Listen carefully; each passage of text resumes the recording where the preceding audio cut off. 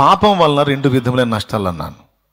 ఒకటి, పాపం వల్ల మనిషి అశాంతికి, ఆవేదనకు, దుఃఖానికి, సమస్యలకు గురవుతాడు. రెండు, పాపం వల్ల నిత్య నరకాన్ని కూడా పొందుతాడు. భూమి మీద జీవితంలో నెమ్మది కలిగి బతకలేడు. చచ్చినాకన్నా సుఖం ఉంటుందా అంటే చచ్చిన తర్వాత కూడా ఆ పాపం నరకానికే తీసుకెళ్ళిద్ది. ఇంతకు పాపం అంటే ఏంది? పాపము రెండు విధాలుగా ఉంది.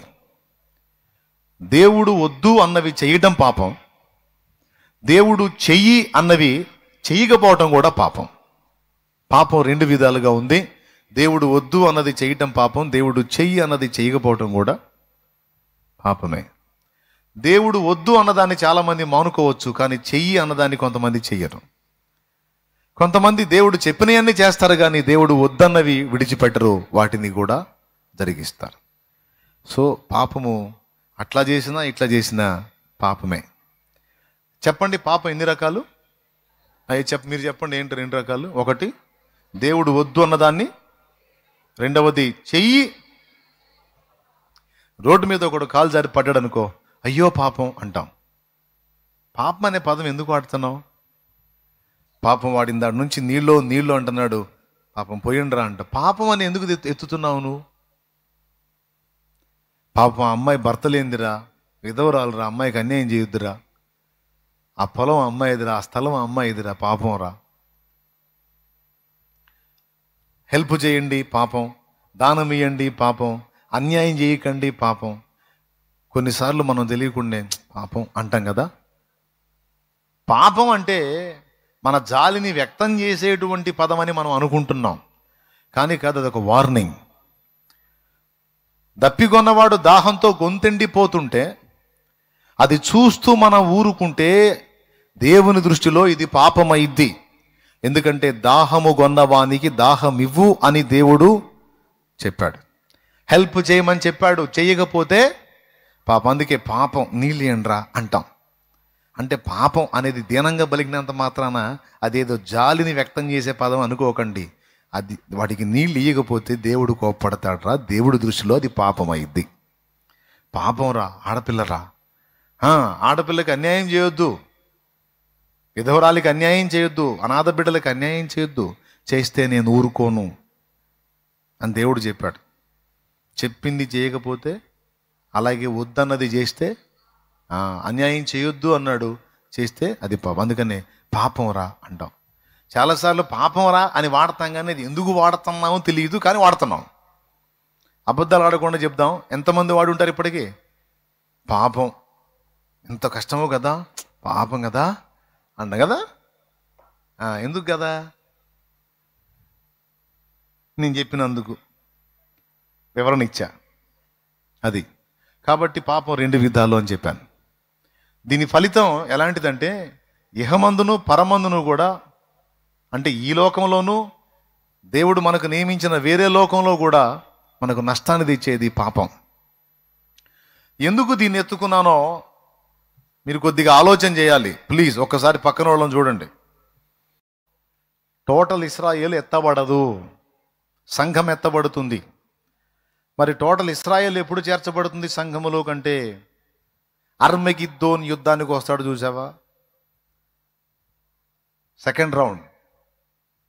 ఏది? మనల్ని తీసుకెళ్ళిన తర్వాత 3.5 ఏళ్ళు మనకు అక్కడ న్యాయపీఠపు తీర్పు, గొర్రెపిల్ల పెళ్లి విందు అన్నీ జరుగుతాయి. ఆ తర్వాత అప్పటిదాకా ఇశ్రాయేలు క్రీస్తుని వ్యతిరేకించారుగా, నజరేయుడు యేసుని, అంత్య అబద్ధ క్రీస్తుని క్రీస్తుని ఒప్పుకున్నారు కదా. వాడు వీళ్ళని అనటం మొదలు పెడతాడు. వాడి దెబ్బకు తట్టుకోలేక అప్పుడు అర్థం చేసుకుని, అరే నజరేయుడైన యేసే నిజమైన క్రీస్తుని, తమ ఏక కుమారుని విషయమే ఒకడు ప్రలాపించినట్టు వారు నన్ను గూర్చి ప్రలాపిస్తారని ప్రవక్త గ్రంథంలో ప్రభు మాట్లాడాడు. అప్పుడు మొరపెడతారు, అయ్యా నజరేయుడు యేసు అని పిలుస్తారు. అప్పుడు వాళ్ళని రక్షించడానికి ఒలీవల కొండ మీదకి వస్తాడు. అప్పుడు ఇశ్రాయేలు విమోచింపబడి సంఘంలో చేర్చబడింది. అంటే ఇప్పుడు ముందు ఎత్తబడేది ఎవరు? సంఘం, మనమే, అన్యులు. మొదటి స్థానం దక్కింది ఎవరికి? మనకే. కాబట్టి ఇశ్రాయేలుకైతే ఎప్పటికీ గొర్రె పిల్లలే, మనకైతే ప్రభు అయిన యేసు రక్తం. మనకి రెండు అంటే రక్షణ పొందని వాళ్ళకే కాదు పాపాన్ని గూర్చిన దుఃఖం, రక్షణ పొంది దేవునికి ప్రథమ ఫలమై పరిశుద్ధాత్మతో నింపబడి బోర ఊదిన తరువాత కూడా మన దోషములను మరొక్కసారి ఒప్పుకొని వాటి విషయమై దుఃఖపడి మారు మనసు పొందాల్సిన అవసరత ఉంది అని 6వ పండగ మాట్లాడుతుంది. ఆ మొక్క మీకు అర్థమయ్యేటట్టు చెప్పటాల పండగ అంటే యేసులోకి రావడానికి ముందు పశ్చాత్తాపంతో మారు మనసు పొంది పాపములు ఒప్పుకొని రావాలి. ఇక పరిపూర్ణతలోనికి ప్రవేశింపక మునుపు పర్ణశాలల పండుగ అంటే ఇక క్లైమాక్స్ అంటే చివరి ఘట్టంలో కూడా మరొక్కసారి దోషములు ఒప్పుకొని మారు మనసు పొందాల్సిన అనుభవం. ఇప్పుడు చెప్పండి, మారు మనసు అనుభవం ఒక్కసారా 2 సార్లా? పాపాన్ని గూర్చి ఒప్పుకొని పశ్చాత్తాపడే దానికి 2 పండుగలు కేటాయించాడు. ఆ 2 ఏంటో? ఒకటి ఎవరో బాగానే పనిచేస్తుంది మైండ్, పస్కా, రైట్. రెండవది ప్రాయశ్చిత్తార్థ దినపు పండగ. ఎంతమందికి అర్థమైంది? నేను అనుకున్నాను మీకు అర్థం కాదని. సరేలే, ఎందుకు స్టార్టింగ్లో పాపాన్ని టచ్ చేశాడు మళ్ళా ఎండింగ్లో కూడా? అంటే మీకు తెలుసా, మనం మామూలుగా మారు మనసు పొందకపోతే మంచానేసైనా సరే క్లైమాక్స్లో అన్ని ఒప్పించి తీసుకుంటాడు. ఇది బాగా అర్థమైద్ది. హల్లెలూయా. ఇప్పుడు మనకి 2 మార్లు మారు మనసు అవసరం. అంటే డైలీ మారు మనసు పొందుతానే ఉండాలి. ఎందుకంటే ఒక డే స్టార్ట్ అయ్యి ముగించాము అంటే ఏదో ఒక తేడా మనం మాటలోనో, చూపులోనో, తలంపులోనో, ఆలోచనలోనో, క్రియలోనో ఎక్కడో చోట తేడా పడతాం. దాని విషయంలో మారు మనసు పొంది దేవుని పాపంతో అంత వైరం ఎందుకు దేవుడికి? అంటే మనం మరి వద్దన్న పనులు చేస్తాం, చేయమన్నవేమో చెయ్యం. అదే కదా పాపం అంటే. అది దేవునికి వ్యతిరేకమైన విషయమే కదా. దాని విషయంలో మనల్ని పశ్చాత్తాపడమని ఎప్పుడు పిలుస్తూ ఉంటాడు. నేను వద్దు అన్నది చేశావుగా, చేశానయ్యా, మరి పశ్చాత్తాపడు. ఇంకా చేయకూడదని తీర్మానం చేయి, మారు మనసు పొందు. అలాగే నేను చేయమన్నవి చేయలేదుగా, కొన్ని చేయలేదయ్యా, అదా మారు మనసు పొందు, పశ్చాత్తాపడు, క్షమాపణ వేడుకో, దిద్దుకో. ఎందుకయ్యా అలా చేయకపోతే ఏమైద్దా? నా ఆజ్ఞను అతిక్రమించుట పాపం, దాని ఫలితం నువ్వు అనుభవించాల్సి వచ్చింది. బాగా వినండి. చాలాసార్లు సమస్యలతో సతమతమైపోయేటువంటి మనుషులకి, ముఖ్యంగా క్రీస్తుని వద్దకు రానోళ్ళ సంగతి నేను చెప్పను, వాళ్ళు ఆల్రెడీ కర్మ మోసుకుంటున్నారు. వచ్చిన వాళ్ళకి చెప్తున్నాను నేను. మనకు సమస్యలు రకరకాలుగా వస్తాయి. ఇప్పుడు ఏదో ఒక సమస్యతో నేను సఫర్ అవుతున్నాను అన్నోళ్ళు చేతులు ఎత్తండి ఇక్కడ. అంటే దాదాపు అందరికీ. సరే, అప్పులో ఎంతమంది చేతులు ఎత్తండి. అప్పు దీవెనా శాపమా? దీవెన. అప్పు దీవెన. అట్లయితే చేయతి దీవించేదా? అందులోనే ఇక మీ క్లైమాక్స్ దాకా కొనసాగాలని మర్యాదగా చెప్పండి, చెప్తా. వినండి, మనం ఫస్ట్ ఆలోచించాల్సింది ఏంటంటే, నాకు ఈ ఎఫెక్ట్ అయింది, ఈ దెబ్బ కొట్టింది అంటే నేను ఎక్కడన్నా తేడా పడ్డానా? అంటే దేవుడు వద్దన్నది చేస్తున్నానా, ఎక్కడన్నా చేశానా? లేదా దేవుడు చెయ్యమన్నది చెయ్యకుండా నిర్లక్ష్యం చేశానా?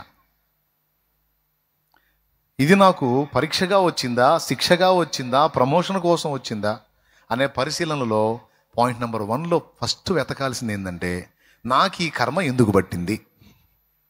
నిజంగా అర్థమైందా? ఏం ఆలోచించాలి? ఎందుకు పట్టింది? ఖచ్చితంగా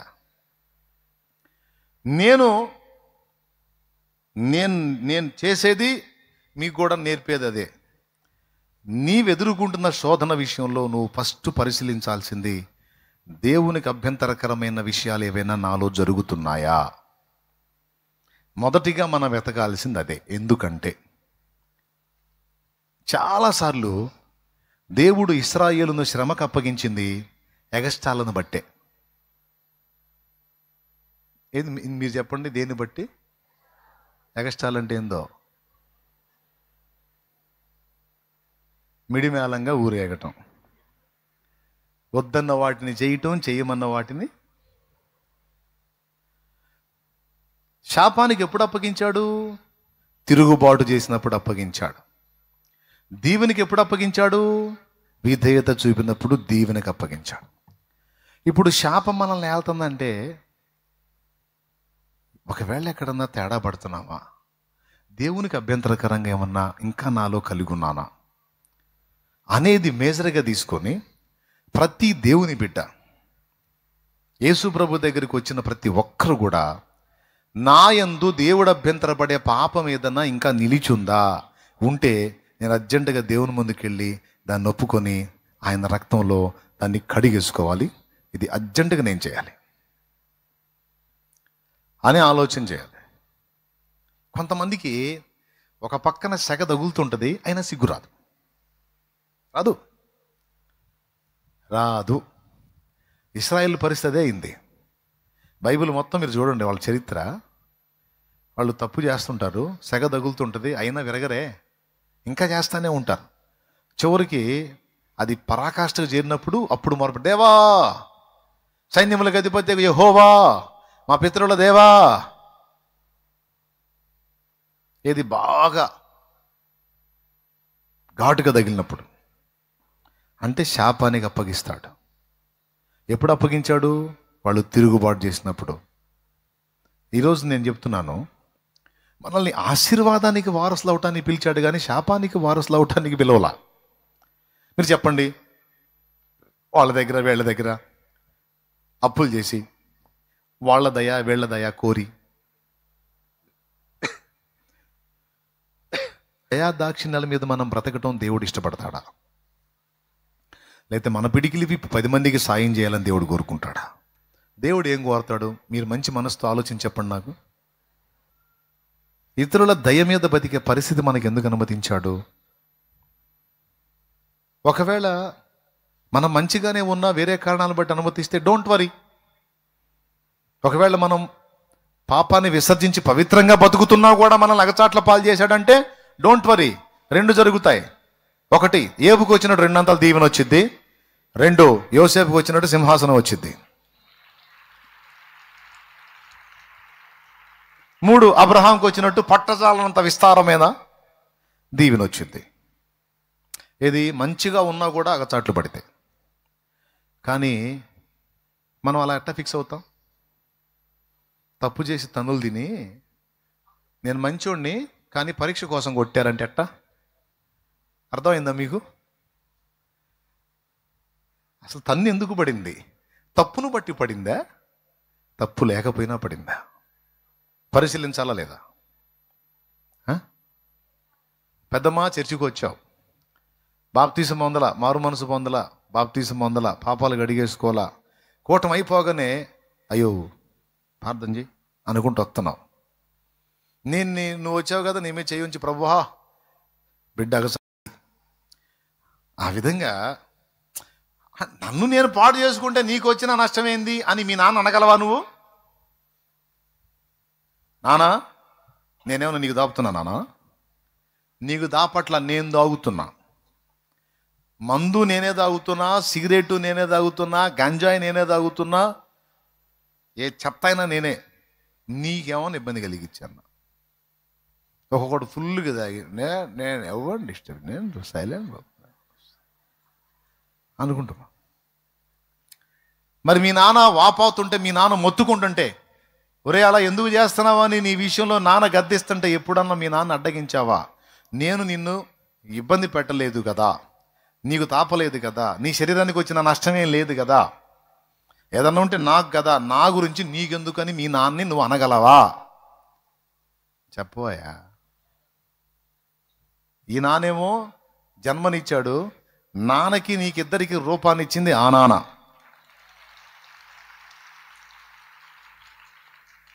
ఏ నాన్న? పరలోకమందున్న మన తండ్రి. మరి ఆయనకి పట్టింపు లేదా? ఆయనకు బాధ్యత లేదా? మీ నాన్నే అల్లాడిపోతాడే, మెమ్మే అల్లాడిపోయిద్దే నువ్వు తాగి తిరుగుతుంటే, మరి ఆయన ఎంత క్షోభిస్తాడు? ఎందుకు? నేనేమైపోతే నీకెందుకమ్మా అని మిమ్మల్ని అను, నువ్వు లాగి పీకిద్ది అవకాశం ఉంటే. ఎవడురా నువ్వు, గాడిద, అడ్డగాడిద, గాడిద.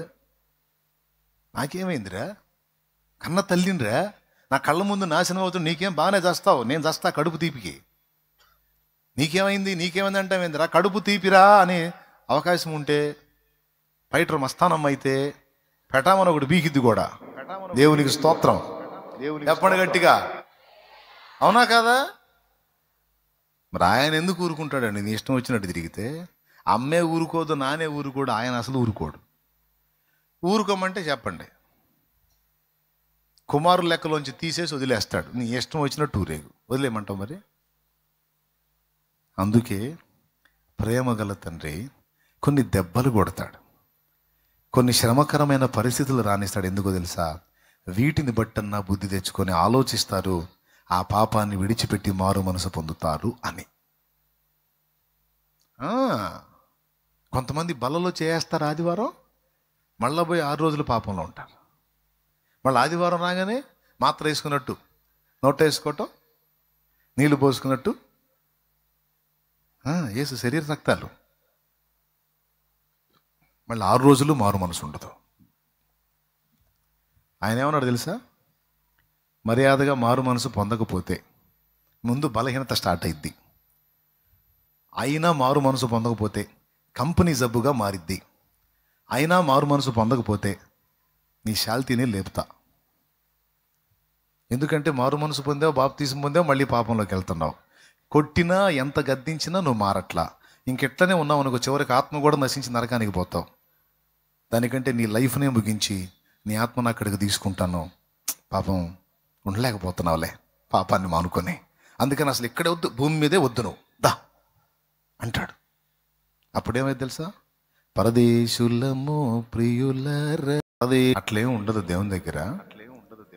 అసలు రాసిన భక్తుడు ఏం రాశాడంటే, ఎందుకు వస్తుంది శ్రమ, ఎందుకు వస్తుంది శాపం, ఎందుకు వస్తుంది ఓటమి, ఎందుకు వస్తుంది దరిద్రత, ఎందుకు వచ్చింది వేదన, ఎందుకు వచ్చింది వ్యాధి, ఎందుకు వచ్చింది ఊహించని ఘోరమైన శ్రమ? ఇందులో నా దోషం ఏముంది, ఇందులో నా తప్పేం జరిగింది, ఇందులో నా పొరపాటు ఏముంది? ఏమన్నాడు? నేను ఎంత మంచోడ్నో ఆయనకు అర్థం కాల. నన్ను ఆయన సభలోకి పిలిస్తే రాజులాగా పోతా, తలెత్తుకొని ముద్దాయిలాగా పోను, ఎందుకంటే ఏ తప్పు నా దగ్గర లేదు, పెద్ద మనిషి నేను అని 40 అధ్యాయాలు దరివేశాడు. దాదాపు 38 అధ్యాయాలు. ఏబు కొన్ని మాటలు మాట్లాడిన తర్వాత, జ్ఞానమునకు మించి నేను మాట్లాడాను, నా సంగతి నాకు అర్థమైంది కనుక నన్ను నేను అసహించుకొని బూడిదలోను ధూళ్ళను బడి పశ్చాత్తాపడతానని అన్నాడు. నేను పెద్ద మనిషిని, అంత మంచివాడిని, ఇంత మంచి అన్నా, నేనేం చేశాను అన్నా, నేను చాలా బాగుంటున్నా కానీ నాకేంది ఈ బాధలు? అడ్డదిడ్డంగా బతికే వాళ్ళని బ్రహ్మాండంగా బతుకుతున్నారు, నేను దేవుడిని నమ్ముకొని అన్ని మానుకొని పద్ధతిగా ఉంటుంటే అసలు నాకేందండి ఈ బాధలో? అరే ఒకటి పోతే ఒకటే, అబ్బే ఏందో నాన్న, నాకు అసలు సుఖమే లేదు, నా బతుకంతా ఇంతే. తమ్ముడా, చెల్లి, ఒక్క మాట, లోకస్తులు బాగుంటారు నాన్న, బాగుంటారు. వాళ్ళ పశువులు తప్పక చూలు కడతాయి, ఏంతాయి, వాళ్ళ పంట బాగా పండిద్ది, వాళ్ళు అన్ని విషయాలు బాగుంటారు. ఎందుకంటే వాళ్ళు కాలు జారే చోటు ఉన్నారు, నాన్న. ఆకస్మికముగా ఆపద సంభవించి అధపాతాళానికి దిగిపోతారు నాయన. వాళ్ళు దేవుణ్ణి తిరస్కరించారు, వ్యతిరేకించారు, అడ్డదిడ్డంగా బతుకుతున్నారు, నువ్వు చెప్పినా వినట్లేదు, కానీ బాగున్నారు. కానీ నీకు తెలుసా వాళ్ళ కాళ్ళు ఎక్కడున్నాయో? పాతాళ పంచునున్నాయి, అడుగు జారు స్థలమందు ఉన్నాయి. కానీ నీ పాదాలు ఎక్కడున్నాయి తెలుసా? ఆయన అరచేతుల్లో ఉన్నాయి. నువ్వెక్కడున్నావు తెలుసా? ఆయన ఏర్పాట్లో, ప్రణాళికలో, ఆయన శిక్షణములో ఉన్నావు. మంచోడివే, 100లో 80 మంచివే ఉన్నాయి. మరి మంచి ఉన్నప్పుడు నాకు దీవెన రావాలి కదంటే 20 చెడ్డవి ఉన్నాయిగా. వాటిని కూడా క్లియర్ చేసి పర్మనెంట్గా బ్లెస్ చేస్తాడు. అర్థమైతే కొట్టు.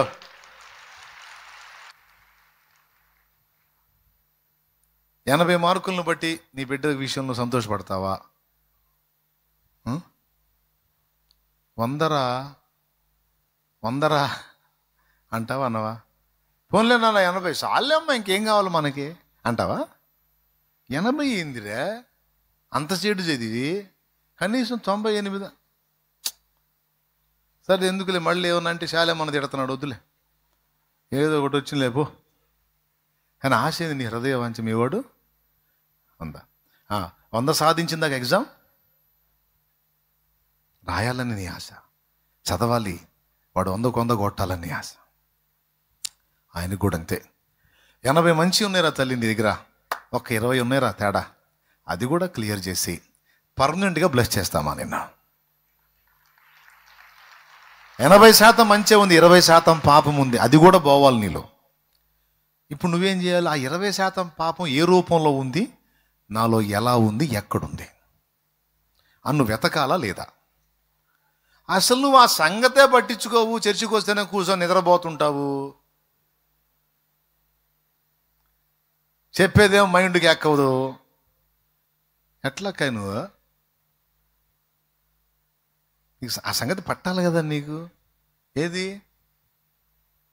ఎక్కడుంది, ఏ రూపంలో ఉంది, దాన్ని కూడా నేను క్లియర్ చేసుకోవాలి. చాలామంది చర్చికి వచ్చారు, అందరి హృదయాల్లో ఈ ఆలోచన ఉండాలి. ఎక్కడన్నా నేను దేవుడు అభ్యంతరపడి అడుగులేస్తున్నానా? నేను మళ్ళీ చెప్తున్నా, తమ్ముడు నీకు తెలిసినంత వరకు అన్నీ బ్యాలెన్స్ చేసుకున్నావా? అన్నీ దిద్దుకొని ఒప్పుకొని సరి చేసుకొని కరెక్ట్గా ఉన్నావా? అయినా బాధలు వస్తున్నాయా? పండగ చేసుకో, సింహాసనం రాబోతుంది నీకు. అది ఏ రూపంలో వచ్చిందో తెలియదు. పండగ చేసుకో, 2 దీవెన రాబోతుంది. నువ్వు మంచిగా ఉంటే అయినా కూడా నీకు అగచాట్లు వస్తే అది నీకు ప్లస్సే, అది నీ ప్రమోషన్కి కారణం. దాని గురించి నువ్వు దిగులు పడాల్సిన అవసరం. కానీ ఒకవేళ అందును బట్టి కాకుండా నీ తేడాను బట్టి వస్తే, నేను చెప్పనా, నీ తేడాను బట్టి శిక్షించాడనుకో, నువ్వు దాన్ని గుర్తించి మారు మనసు పొందలేదనుకో, ఇది కంటిన్యూ అయ్యిద్ది. ఇది సింహాసనానికి కాదు, పతనానికి దారి తీసిద్ది. అర్థమైందో కాలేదు మరి మీకు? మంచిగా ఉండి కూడా శిక్ష వస్తుంది అంటే ప్రమోషనే. కానీ తేడాలు చేసి దరిద్రం తెచ్చుకుని నేను బాగానే ఉన్నాను అయినా వచ్చింది నాకు ప్రమోషను అని ఫీల్ అవ్వక, కొంపతీసి పాపాన్ని బట్టి వచ్చిందనుకో ప్రమోషన్ రాదు సరి కదా, ఇంకొంచెం దిగజారుతావు. అందుకని ఎందుకు వచ్చిన గొడవ, కొంచెం చూసుకుంటే బాగుంటుంది కదా. అసలే ఆన్లైన్ ప్రేయర్కి వచ్చావు, ఈసారి ఆన్లైన్కి వచ్చేటప్పటికి సాక్ష్యంతో రావాలి. సునామలో సాక్ష్యంతో రావాలి, సమాధానంతో రావాలి.